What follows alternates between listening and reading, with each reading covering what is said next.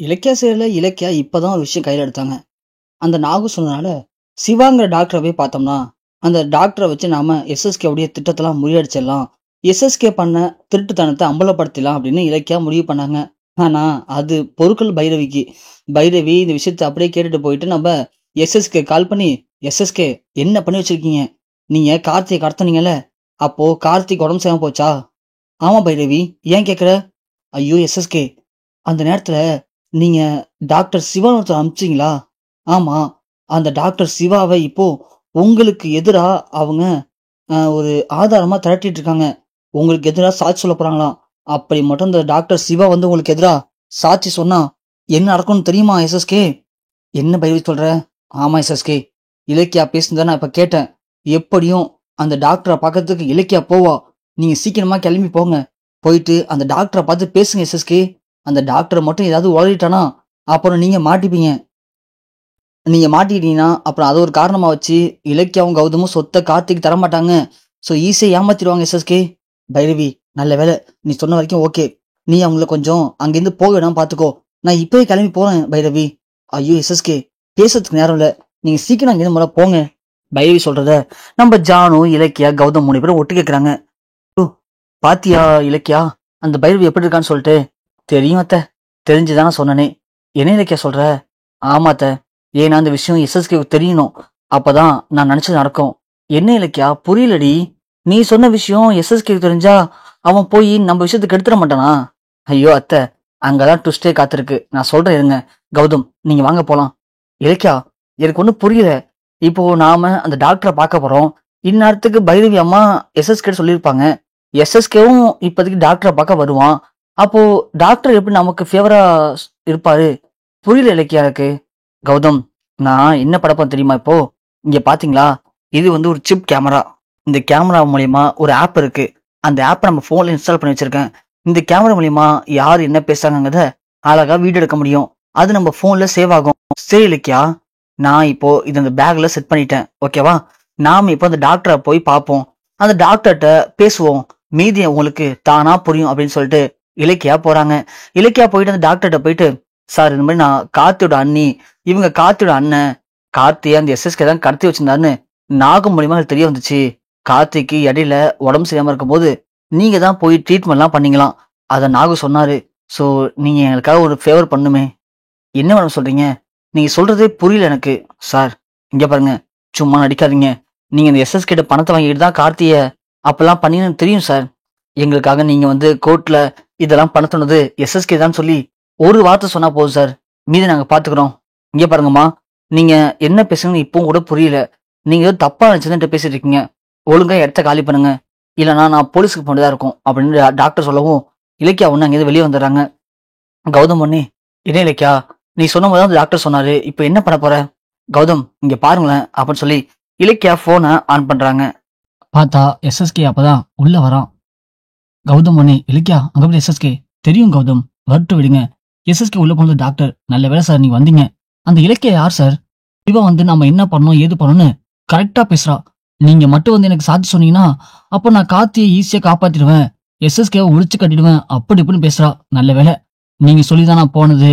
நீங்க தான் கார்த்தியை காட்டுனதை பத்தி நான் வாயே திறக்கல. முதல்ல இந்த இலக்கியா கொஞ்சம் பார்த்து வைங்க சார். அவளால நமக்கு பிரச்சனை வரும் போலுக்கு.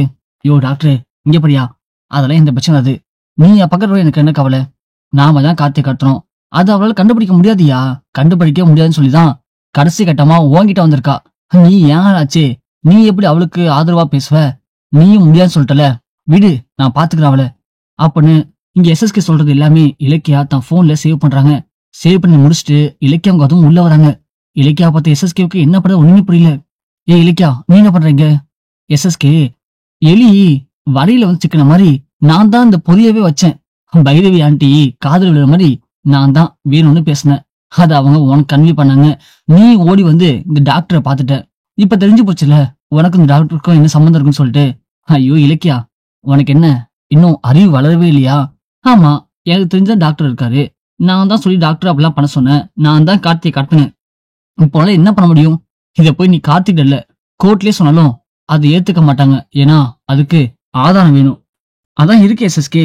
என்ன இருக்கா? என்ன ஆதாரம் இருக்கும் இலக்கியா உன்ட்ட? நீ வந்து இப்போ டாக்டர்கிட்ட பேசுனது, டாக்டர் நீ பேசுன எல்லாமே நான் அப்போ ரெக்கார்ட் பண்ணிட்டேன்.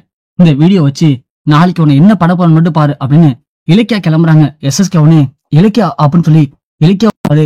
கௌதம் எஸ்எஸ்கே அப்படி தள்ளி விட்டுட்டு இலக்கியா கௌதமும் அங்கிருந்து கிளம்பிடுறாங்க. எஸ்எஸ்கேவுக்கு இப்போ என்ன பண்றது ஒண்ணுமே புரியல. இலக்கியா நேரா கிளம்பி கோர்ட்டுக்கு போறாங்க. கோர்ட்ல போயிட்டு இந்த மாதிரி எஸ்எஸ்கேங்கிறவரு என் புருஷனுடைய தம்பியை கடத்தி வச்சிருந்தாரு, அதை கேட்க போனதுக்கு எங்க மேலே குற்றம் சாட்டுறாரு அப்படின்னு சொல்லி நம்ம இலக்கியா கேஸ் ஃபைல் பண்றாங்க. அவங்க சொன்ன மாதிரி அந்த ஹெர்குஸ் மனுவை அப்ளை பண்ணிட்டு அந்த ஆதாரத்தையும் காட்டுறாங்க. கோர்ட்ல அந்த ஆதாரத்தை விசாரிக்கும் போதுதான் கார்த்தி வந்து இல்ல இவங்க சொல்றதெல்லாம் போய் சொத்துக்கு ஆசைப்பட்டு என் குடும்பத்துல இருக்க எல்லாரும் எனக்கு சதி பண்றாங்க அப்படின்னு கார்த்தி சொல்றாரு. அப்பதான் இலக்கியா கொடுத்த ஆதாரத்தை கோர்ட்ல போட்டு காட்டுறாங்க. கார்த்தி பார்த்த உடனே செம்மையா அதிர்ச்சி வர்றாரு. கார்த்திக்கு அப்பதான் புரியுது. அது மட்டும் இல்லாம அந்த டாக்டரை கூட விசாரிக்கிறாங்க. டாக்டர் ஒரு கடத்துக்கு மேல ஆமா மேடம் நான் சொன்னதெல்லாம் போய் தான், இவர் சொல்லிதான் கார்த்திக்கு ட்ரீட்மெண்ட் எல்லாம் பண்ணேன், எஸ்எஸ்கே தான் எனக்கு காசு கொடுத்துலாம் பண்ணு, அது மட்டும் இல்லாம யாரும் வந்து கேட்டாலும் என்ன பொய் சொல்ல சொன்னாரு அப்படின்னு டாக்டரும் உண்மையை சொல்லிடுறான். சோ எஸ்எஸ்கேவுக்கு என்ன பண்ணுறது ஒண்ணுமே புரியல. கையும் களமா மாட்டிக்கிட்டேமே அப்படின்னு எஸ்எஸ்கே தலை தூங்கி நிக்கிறாரு. கார்த்திக்கு அப்பதான் புரியுது, அப்போ நம்மளை கடத்துறது நம்ம அண்ணன் இல்ல, இந்த எஸ்எஸ்கே தான், நாம தான் நம்ம அண்ணன் தப்பா புரிஞ்சுக்கிட்டோம் அப்படின்னு கார்த்தி அப்படியே கூனி குறுகிய நிக்கிறான்.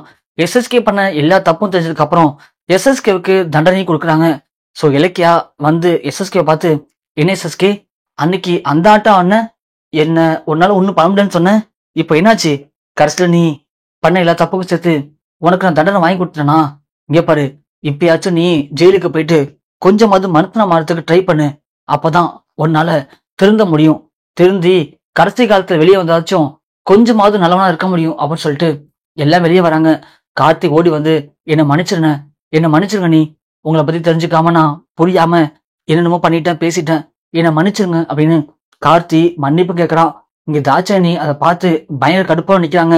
இந்த இலக்கியாவும் கௌதமியும் ஒழிச்சு கட்டலான்னு பார்த்தேன், கடைசியில இவங்க 2 பேர் சேர்ந்து எஸ்எஸ்கேவை ஜெயிலுக்கு அனுப்பிட்டாங்களே, விட மாட்டேன் உங்களை விட மாட்டேன் அப்படின்னு தாட்சாயணி பயங்கர கடுப்பா நிக்கிறாங்க. இங்க கார்த்தி எனக்கு இனிமே சொத்தே வேண்டாண்ண, நான் அவங்களோட சூழ்ச்சி தெரியாம இப்பெல்லாம் பண்ணிட்டேன், என்னை மன்னிச்சிருங்கண்ண, இனி நம்ம சொத்து வேணாம், நாம எல்லாம் சந்தோஷமா ஒன்னா ஒரே வீட்டுல இருக்கலாம் அப்படின்னு கார்த்தி சொல்றான்.